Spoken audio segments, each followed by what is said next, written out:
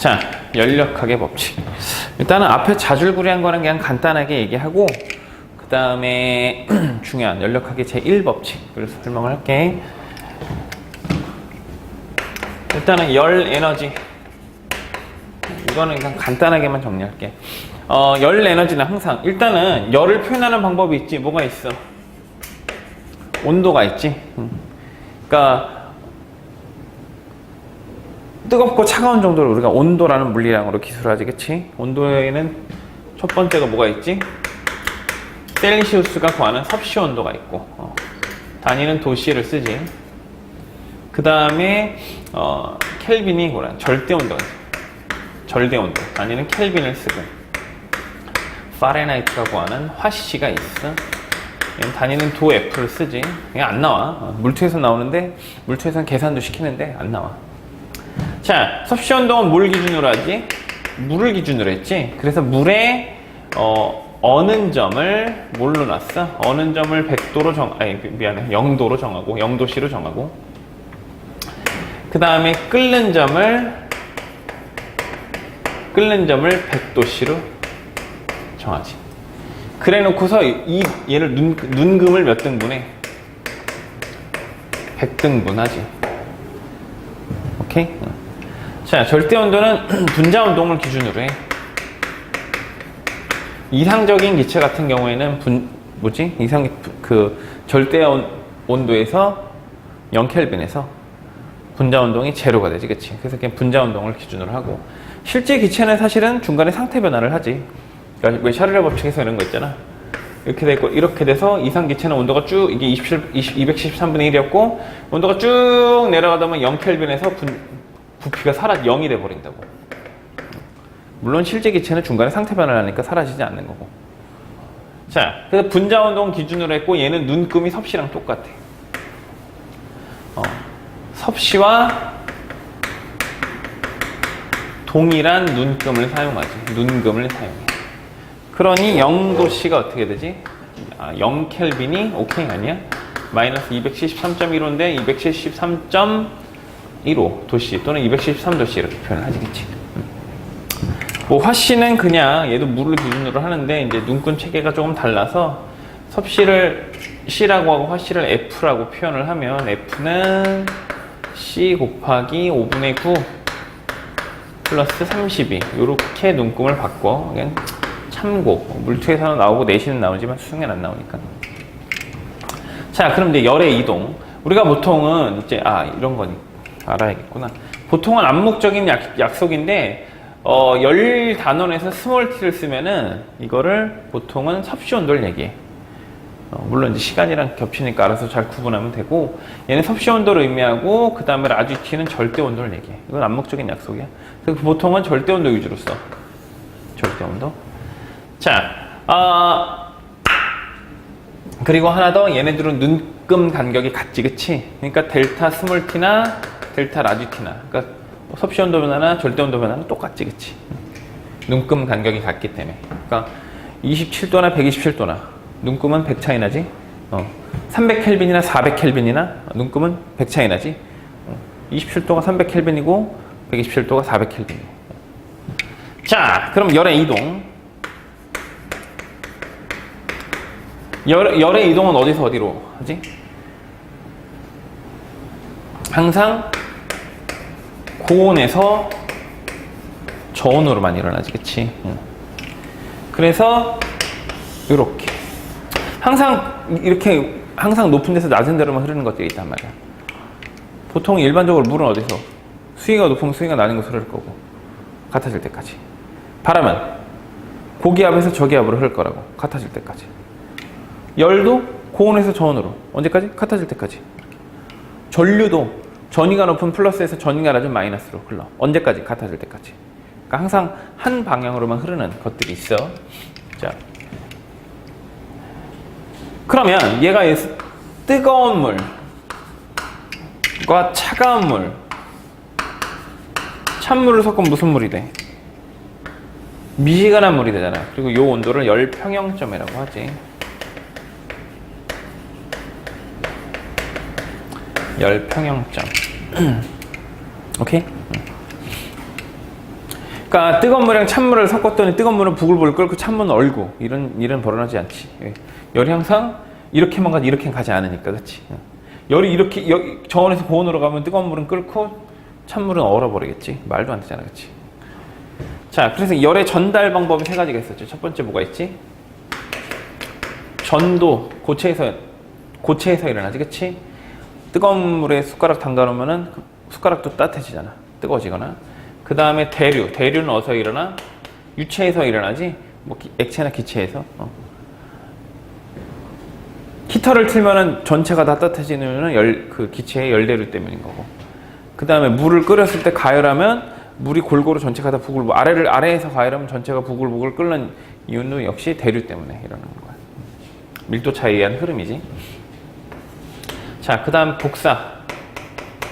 복사는 전자기파 형태로. 뭐 태양 복사 에너지, 지구 복사 에너지 표현하지, 그치? 그래서 전자기파 형태로 전달되는 걸 열복사라고 표현을 해. 그 다음 또 확인해야 될 게, 뭐 열팽창, 뭐 선팽창, 부피팽창 이런 거인데 그냥 몰라도 되고, 단순하게 열받으면 부피가 늘어나지. 찌그러진 탁구공 어떻게 펴? 뜨거운 물에 넣으면 탁구공이 이거? 안 익지? 안 익고 공 안에 있는 공기가 온도가 올라오면서 부피가 팽창하니까 빡 하고 펴지지. 또 이런 것도 있지. 고체도 열팽창 한단 말이야. 철길과 철길 사이가 어떻게 있어? 틈이 벌어져 있지, 그치? 겨울 되면 틈이 좀 늘어난다. 여름 되면 줄어들고. 왜? 팽창하니까. 선팽창. 팽창하기 때문에 그래. 보통은 기후 온난화 때문에 해수면이 상승하잖아. 이 빙하가 녹아서 유입되는 양보다 해수면 전체 해수에 열받아서 부풀어는 열팽창이 훨씬 큰 요인이야. 해수가 훨씬 더 해수의 열팽창이 훨씬 더 큰 요인이라고. 그러니까 뭐 육지에 있던 빙하가 녹아서 바닷물로 유입되면 당연히 그 물을 부은 만큼 늘어난 해수면이 상승하겠지만 그거보다 물 자체가 열받으면 부풀어 오른다고. 열팽창 때문에. 그게 훨씬 더 큰 요인이야. 뭐 과학자들도 뭐 해수의 열팽창보다 더 빙하 유입량이 많다, 유입량이 더 큰 영향을 미친다 이렇게 주장하는 과학자들도 있는데 보통 한 97%가 그리고 나도 해수의 열팽창 쪽이야. 자, 그럼 열팽창, 열받으면 늘어나지. 그럼 몇 가지를 더 확인해 보자. 자, 열 에너지, 열량이지, 열량. 자, 열이 공급된 양 뭐라고 하지? 이게 Q는 CMT, CM 델타 T, 시멘트, 시암탑 이렇게 외우지. 그래서 열량은 비열과 질량과 온도 변화의 곱이고 단위는 뭘 쓰지? 칼로리 또는 킬로칼로리를 사용하지. 자, 그리고 이걸 이용해서 이제 뭘 구할 수 있어? 비열을 구할 수 있지. 비열은 뭐지? 공급한 열량당 온도 변화. 그러니까 단위 질량에다가 단위 질량 1kg의 열을 공급했을 때 온도가 얼만큼 변하는지를 정리하는 값이야. 그래서 얘를 정리하면 이 비열만 놔두고 여기로 옮기면 되겠지. 그러면 질량과 온도 변화분의 Q가 될 거야. 그래서 대표적으로 물이 1이지, 1 비열이 1. 그래서 단위는 뭘 쓰냐면은 뭐 킬로 칼로리 퍼 킬로그램 도시 또는 뭐 칼로리 퍼 그램 켈빈 이렇게 도시나 켈빈 같이 써. 왜? 둘 다 델타 T니까. 물론 이제 절대 온도로 표시했고. 그러니까 예를 들면 물인 거지, 물. 물이 비열이 1이잖아. 이게 무슨 뜻이야? 물 1kg 칼로리 퍼 킬로그램 도시라고. 물 1kg의 온도를 1도씨 높이는데 필요한 열량이 1kg 칼로리다 라는 거야. 그 라면 끓일 때 물 500ml 넣잖아, 그치? 그러면은 500ml를 1도 높이려면 얼마 열량이 필요해? 0.5 킬로칼로리의 열량이 필요하겠지, 그치? 이렇게 비열. 자, 그 다음에 열용량.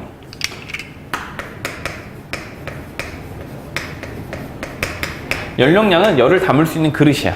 열을 담을 수 있는 열 에너지를 저장할 수 있는 그릇을 열용량이라고 하는데, 그러니까 이제 우리가 흔히 지구과학이나 중학교 과학에서 이런 얘기를 하잖아.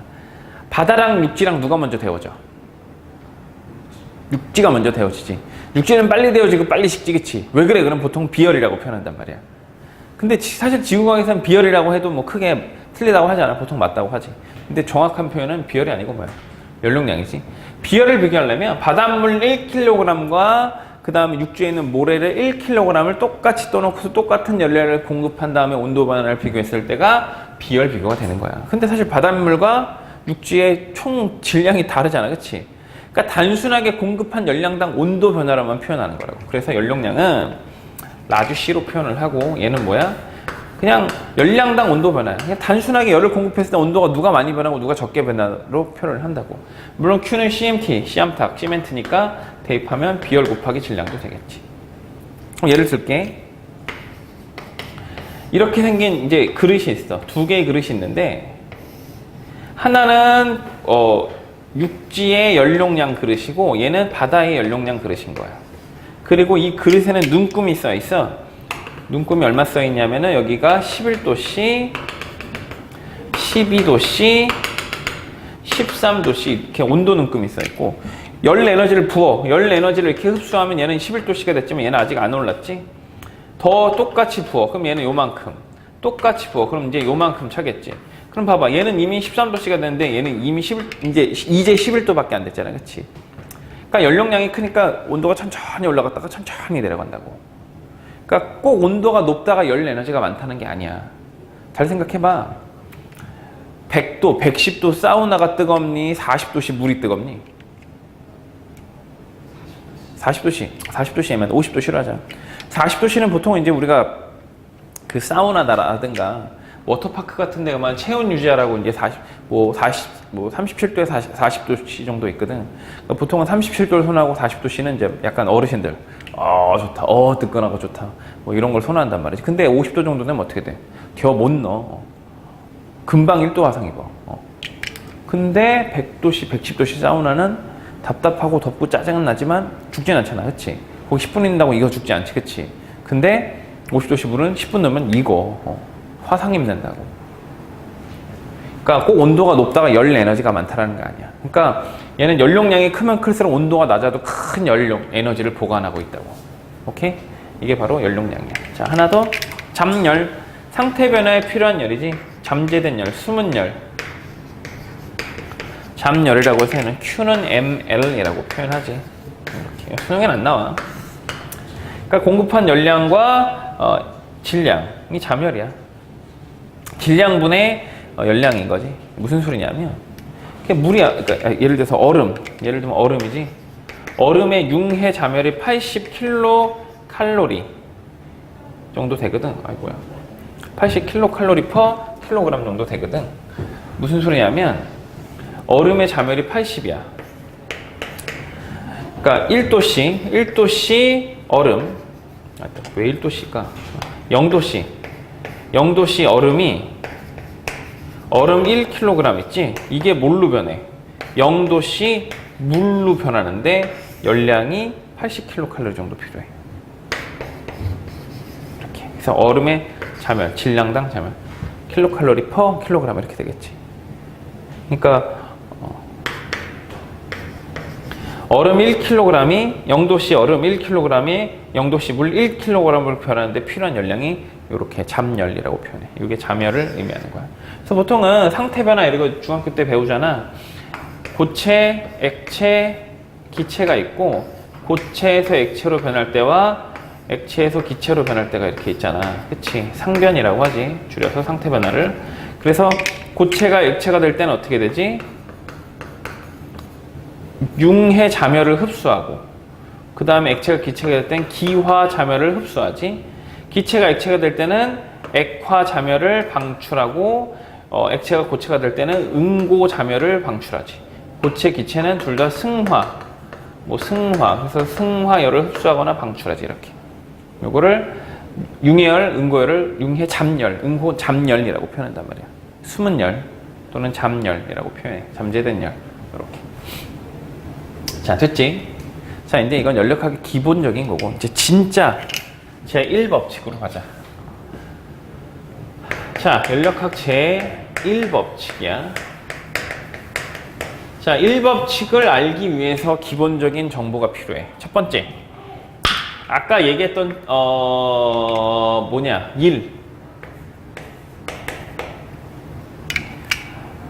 자, 유체 1은 Fs고 뭐? 아니다, 뭐하냐? 유체 1은 Fs고 W는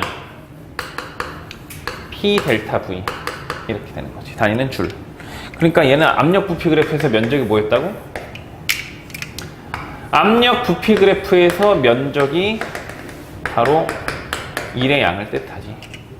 자, 두 번째 알아야 될 거. 이거는 사실 물원에서 대놓고 나오진 않는데 알아두는 게 훨씬 편해. 이상기체 상태 방정식 들어봤지? PV는 nRT. 단순히 정리를 하면 일단 보일의 법칙이 뭐야? 보일의 법칙은 온도가 일정할 때 기체 압력과 부피의 관계지. 이게 보일의 법칙이지. 그러니까 같은 온도에서 0도씨 1기압에서 부피가 이만한 액체가 있어, 이만한 기체가 있었어. 0도씨 1기압에 요만한 기체가 있었는데 압력이 2기압으로 줄면 어떻게 돼? 부피가 절반으로 준단 말이지. 압력이 3배가 되면 3분의 1로. 그래서 압력과 부피의 곱이 항상 일정하다. 이게 보일의 법칙이고. 샤를의 법칙은 기체 온도와 부피의 관계지, 그치? 압력이 일정할 때 1기압 하에서 어떻게 돼? 온도가 올라가면 부피도 증가해. 일정이지. 그러니까 얘가 일정하기 때문에 얘가 커져야 얘도 커지는 거야, 이렇게. 얘가 커져야 얘가 커지는 거라고. 그럼 이걸 합치면 어떻게 돼? 보일 샤를이라고 하지, 그치? 그러면 어떻게 되냐면 얘가 T분의 PV가 되고 이 값이 일정인데 이거를 이상적인 기체의 상태를 표현하는 방정식으로 바꾸면 이 일정을 상수로 바꾸고 기체 상수를 라지알로 바꾸고 몰수 대입해서 우리가 이제 그 유명한 이상기체의 상태 방정식, 이상기체의 상태를 표현하는 방정식이 바로 뭐지? PV는 small n, RT 외워두십니다. 물론 PV는 nRT까지 안 해도 돼. 우리 물원에서는 PV는 뭐 절대온도에 비례한다. 압력과 부피의 곱이 절대온도에 비례한다. 정도만 알아도 문제는 다 풀려. 그리고 연력학의 과정이나 법칙에서 이걸 벗어나는 문제를 내지 못해. 왜? 아무리 물리 원 안에서만 낸다고 해도 기본 상식이나 원리에 어긋나는 더 상위 단계에서 해석했을 때 어긋나거나 오류가 생기는 문제는 절대 내지 않거든. 복수정답 논란이나 뭐 여러 문제가 생기기 때문에. 중요해. 오케이? 자, 그러면 기체의 내부 에너지와 운동 에너지까지 가자. 기체의 운동 에너지 먼저 할까? 사실은 이제 기체의 운동 에너지를 정리하는 식이 또 따로 있어. 3차원 공간 안에 부피 뭐 L 한 변의 길이가 L인 L3승인 부피를 갖고 있는 공간 안에 뭐 기체 분자가 N개 들어있고 그 중에 얘네들이 이상기체 N개 중에 하나가 속도 V로 움직이면 얘는 VX, VY, VZ로 쪼갠 다음에 얘의 벽면을 때리는 힘이 뭐야? 면적분의 힘이 곧 압력이 되지? 그럼 얘 압력이 왔다 갔다 해서 운동량이 변하는 게 충격량이 되어서 얘 왕복 시간으로 해서 해갖고서 면적에 대한 힘 구하고 그 다음 압력 구하고 거기다 PV는 nRT 더해서 막 이렇게 하면은 나오는 결과가 있는데 그건 물투에서만 나와. 그러니까 우리는 운동 에너지는 이런 게 있구나만 알면 돼. 원래 운동 에너지는 뭐야? 2분의 1 mv 제곱이지, 그치? 그리고 이게 2분의 3 KT로 정리가 돼. K는 볼츠만 상수라고 해서 아보가드로 수분의 분자수거든? 미안해. 아보가드로 수분의 N0분의 라지 R이야, K가. 기체 상수인데 몰라도 돼. 우리 뭐만 알면 돼. 운동 에너지는 just 뭐 절대 온도에 비례하는구나. 그럼 내부 에너지는 뭐냐면 이상기체가 갖고 있는 전체 역학적 에너지를 얘기하는 거야. 근데 이상적인 기체는 분자 간의 인력을 무시해버려. 만율력이 없으니까 뭐만 있으면 돼? 운동 에너지만 있으면 돼. 그래서 이상기체가 갖고 있는 총 에너지를 내부 에너지라고 표현하고 얘는 U라고 표현하고 이 내부 에너지는 뭐? 총 분자수가 갖고 있는 운동 에너지지. 그러면 이 운동 에너지에다 분자수를 곱해서 이걸 여기다가 볼츠만 상수에다 또 얘를 곱하면 아보가드로 수분의 분자수가 몰수잖아. 그래서 얘가 어떻게 정리돼? 2분의 3 nRT로 정리가 돼. 이걸 몰라도 돼. 우린 이것만 알면 돼. 결론은 운동 에너지나 내부 에너지나 전부 다 누구의 절대 온도에 비례하는 값인 거야. 절대 온도에 비례하는 값. 이거는 꼭 알아야 돼. 자, 연력학의 법칙을 하기 위해서 그래서 제1법칙을 하기 위한 기본 정보가 이른 압력과 부피의 곱이다. 자, 그 다음에 그리고 P분의 nRT 이상기체 상태 방정식 운동 에너지와 내부 에너지는 뭐 전부 다 절대 온도에 비례만 한다. 정도만 기억하면 돼. 자, 그리고 참고로 저기 또 이제 기체에서 일이라는 걸 표현할 때 되게 좀 그냥 커졌다 작아졌다 하면 되는데 꼭 일을 이렇게 표현한다. 자, 부피가 증가하지. 그럼 뭐라고 표현하면은 얘가 열을 흡수해서 외부로 뭘 했다. 외부로 일을 했다라는 표현을 쓰고, 자, 기체의 부피가 감소하지. 감소하면 뭐라고 표현해? 열을 이렇게 반대로 가자. 외부로부터 일을 받아. B 플러스 PP. 수동태지, 수동태. 내가 당한 거잖아. B 플러스 PP 수동태. 외부로 일을 받아 이 열을 방출했다. 외부로부터 일을 받아 내가 갖고 있던 열 에너지를 밖으로 방출했다고. 줄어들면서 온도를 밖으로 방출했다. 이렇게. 그러니까 단순하게 그냥 뭐야? 부피가 증가하면 외부로 일을 했다. 다 무시하고 부피가 증가했다. 외부 일을 했다. 부피가 감소했다. 외부로부터 일을 받았다. 이렇게만 이해하면 돼. 중요해. 이게 일의 개념은 부피랑 관련했지, 그치? 그리고 내부 에너지나 운동 에너지는 절대 온도와 관련했단 말이야. 자, 그럼 연력학 제1법칙은 뭐야?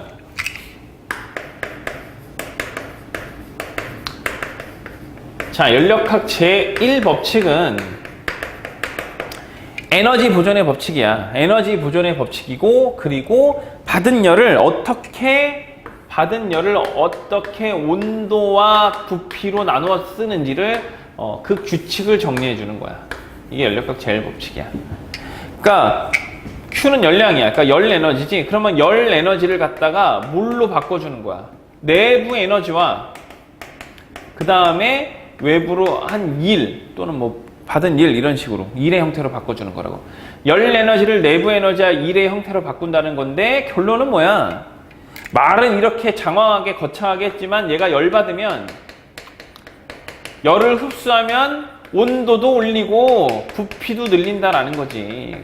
이때 상황에 따라 온도만 올릴 수도 있고 부피만 올릴 수도 있고 둘 다 올릴 수도 있거든. 또는 얘가 일정하면 둘이 반비라는 수도 있고. 이런 과정을 체계적으로 정리한 게 연력 제1법칙이야. 오케이? 그 과정이 몇 개가 있지. 그래서 등압이 있지.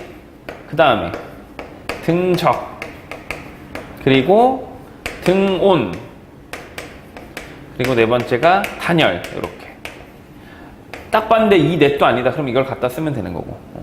봤는데 이 규칙이 아닌 것 같아. 그러면 그냥 이걸 그대로 쓰면 돼. 열 받아서 온도도 올리고 부피도 증가했구나. 근데 이게 이제 등압이랑 비슷한데 등압은 항상 일정한 비율로 물투에서 나오지만 얘네들은 열을 받으면 항상 얘네들의 비가 어떻게 나오냐면 5대 3대 2가 나와. 그러니까 이제 이게 항상 5대 3대 2가 나오면 등압이고, 그게 아닌데도 불구하고 얘를 흡수했는데 얘가 올라가고, 얘가 5를 흡수했는데 얘는 4 올라가고 1 증가할 수도 있고, 5를 흡수했는데 얘가 1 증가하고 4가 올라갈 수도 있거든. 그러니까 이런 네 가지 규칙에 맞지 않으면 그냥 이걸 쓰면 되는 거고. 물원에서 그렇게 이제 자세히 나오진 않지만 그래도 물투에 근접하게 좀 알아둬야, 연력학의 법칙은 원래 물투에 있던 게 물원으로 내려가기 때문에 물투에 근접하게 알아야 돼. 오케이? 자, 그럼 이제 연력학의 네 가지 과정을 할게. 정리하고 하자. 자, 그래서 이제 마지막 연력학의 제1법칙의 과정이야. 자, 첫 번째 등압. 자, 등압은 우리가 보통 살고 있는 곳이 어디야? 1기압이지, 그치? 지표가 보통 1기압이니까 얘는 압력이 일정한 경우를 얘기하는 거야. 자, 압력이 일정한 경우, 우리가 살고 있는 1기압하, 보통 뭐 일상적인 상황을 얘기하는 거지, 그치? 자, 그러면 얘는 열을 흡수하면 온도도 올라가고 부피도 증가하는 상황이란 말이지. 그래서 찌그러진 탁구공 어떻게 편다고? 뜨거운 물에 넣으면 어떻게 돼?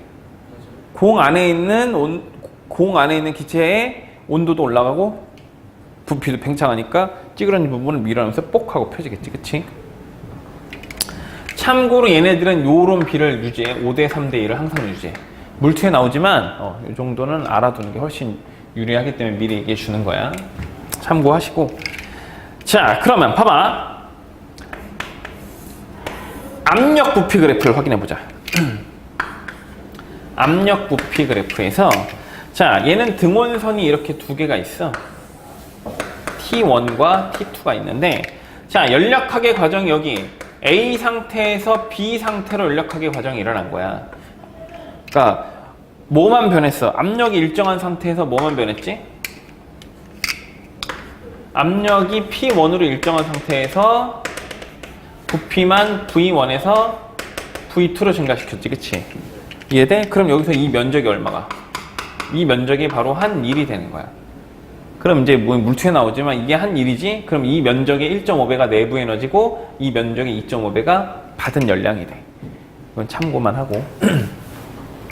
굳이 확인하면 얘는 이런 게 또 만족하지. P1과 V1의 곱은 뭐에 비례하는 거야? nRT니까 T1에 비례할 거고 P1과 V2는 nRT니까 누구?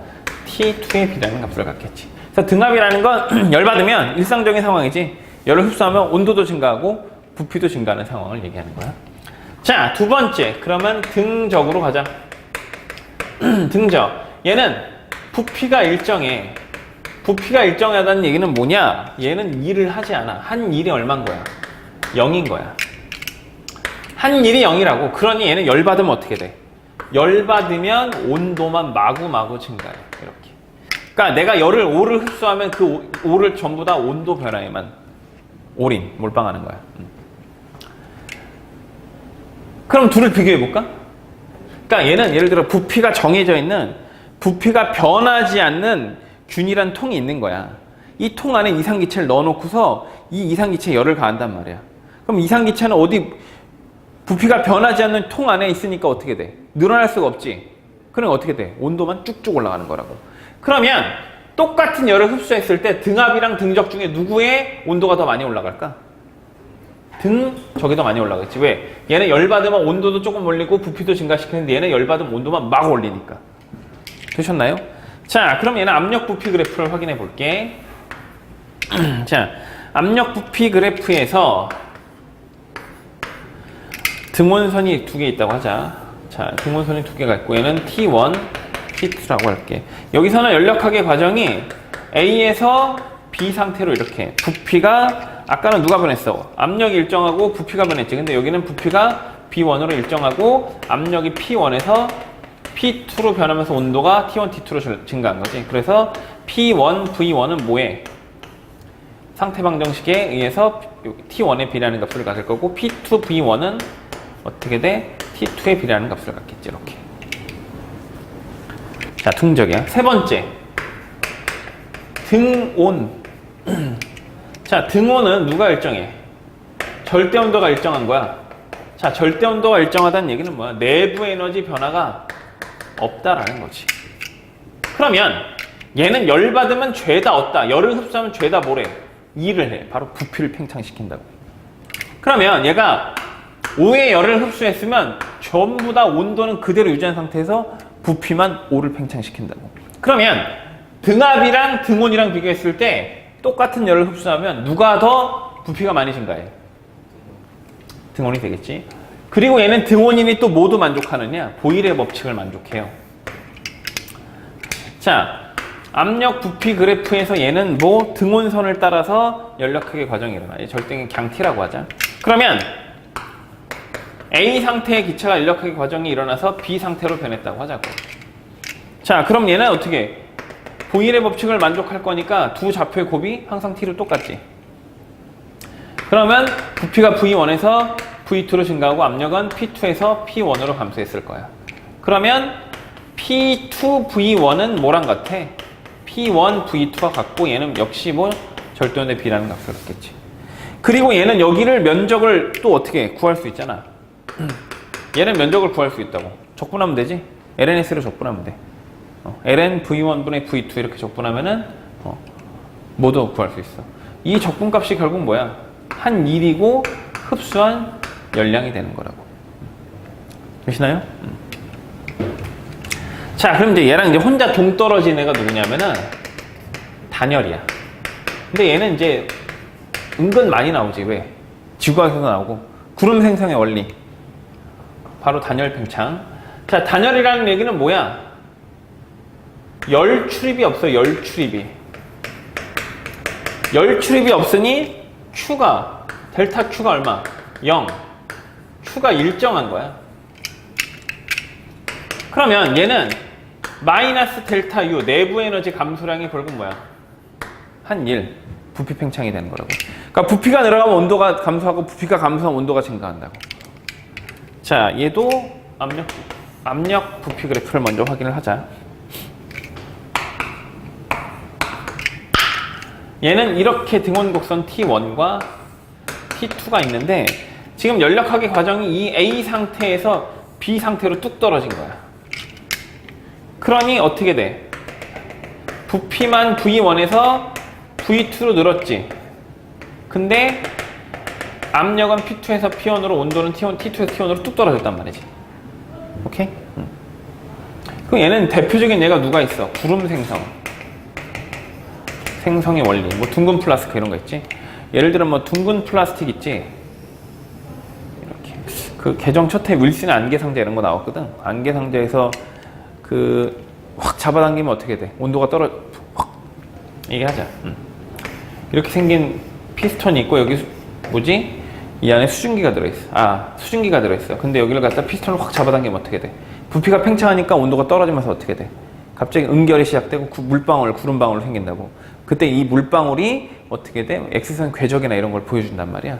이게 윌슨의 안개상. 개정 첫해 나왔지? 자, 구름 생성의 원리. 중학교 때 이런 거 배우지? 둥근 바닥 플라스크가 있고 이 둥근 바닥 플라스크에 물을 넣어놓고 여기다가 향연기를 피워놔. 응결핵이라고 그래. 응결이 잘 되게 만들어주는 입자고 여기다가 이렇게 잘 밀봉을 해서 막에 이렇게 호수를 연결한 다음에 이 관을 이용해서 주사기를 연결을 하고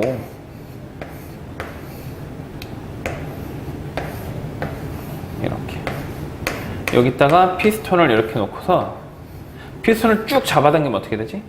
여기 부피가 팽창한 만큼 전체 부피가 팽창하지? 그러면 안이 어떻게 변해? 뿌옇게 된다고. 뿌옇게 된다고. 바로 뭐야? 단열 팽창에 의해서 온도가 내려가니까 증발했던 수증기들이 응결하면서 구름, 물방울을 만드는 안개나 구름을 만드는 원리란 말이지. 그치? 또 이런 것도 있어. 자, 이건 이제 지원, G2 이런 데서 나오는데 우리나라가 무슨 지형이야? 동고서저 지형이지. 그래서 이 꼭대기를 령이라고 하죠. 령. 그래서 태백산의 대관령, 미시령, 뭐 진부령, 한계령, 축풍령, 령들이 되게 많고 그 령의 오른쪽을 뭐라고 그래? 영동지방, 왼쪽을 영서지방이라고. 강원도 삼척, 뭐 강릉 일대를 영동이라고 하고 춘천 요쪽 일대를 영서지방이라고 하거든. 우리나라 초여름에 뭐가? 러시아 쪽에서는 5호. 아이고 잘리겠다. 5호 츠크의 계단이 날아온다고? 그럼 얘가 바다에서 만들어졌기 때문에 엄청난 수증기를 들고 오다가 바람이 불면서 가긴 가는데 산이 있으니까 어떻게 돼? 넘어가려고 타고 올라가면 여기서 뭐가 일어나? 단열 팽창이 일어나지. 그럼 단열 팽창에서 엄청난 구름이 생기고 엄청난 비구름이 비를 뿌려. 그럼 이제 비를 여기다가 소진해서 놨으니 일로 내려오면서 다시 내려오면서 뭐가 일어나? 단열 압축이 일어나지. 그러니까 단열 압축에 의해서 어떻게 돼? 고온 건조 현상이 생기고 얘가 우리나라 영서지방의 가뭄을 초래하는 뭐라고 그래? 이거를 뭐 높새바람 팬 현상이라고 표현한단 말이지. 높새바람 팬 현상 이렇게 표현한다고. 들어봤지? 이거 아마 사회 시간에도 배우는 것 같던데. 뭐 어쨌든 지구에서도 나오고. 자, 단열. 열 출입이 없을 때 부피가 팽창하면 온도가 뚝 떨어진다. 그러니까 수증기를 담고 있는 공기가 위로 상승하면 무조건 구름이 생기고 이게 많이 상승하면 무조건 비가 내린다고. 수증기를 담고 있는 공기가 위로 올라갈수록 압력이 어떻게 돼? 대기압이 감소하지? 압력 P는 뭐야? 로즈 H잖아. 그러면 대기권의 경계하면서부터 지표까지가 높이 H가 되겠지, 그치? 그럼 위로 올라갈수록 어떻게 돼? 압력이 감소하지. 압력이 감소하니까 어떻게 돼? 부피가 팽창하잖아. 그러니까 온도가 뚝 떨어진다고. 그럼 수증기들이 응결되고 구름이 되고 비도 되고 이렇게 전부 다 단열로 설명할 수 있어. 여기까지.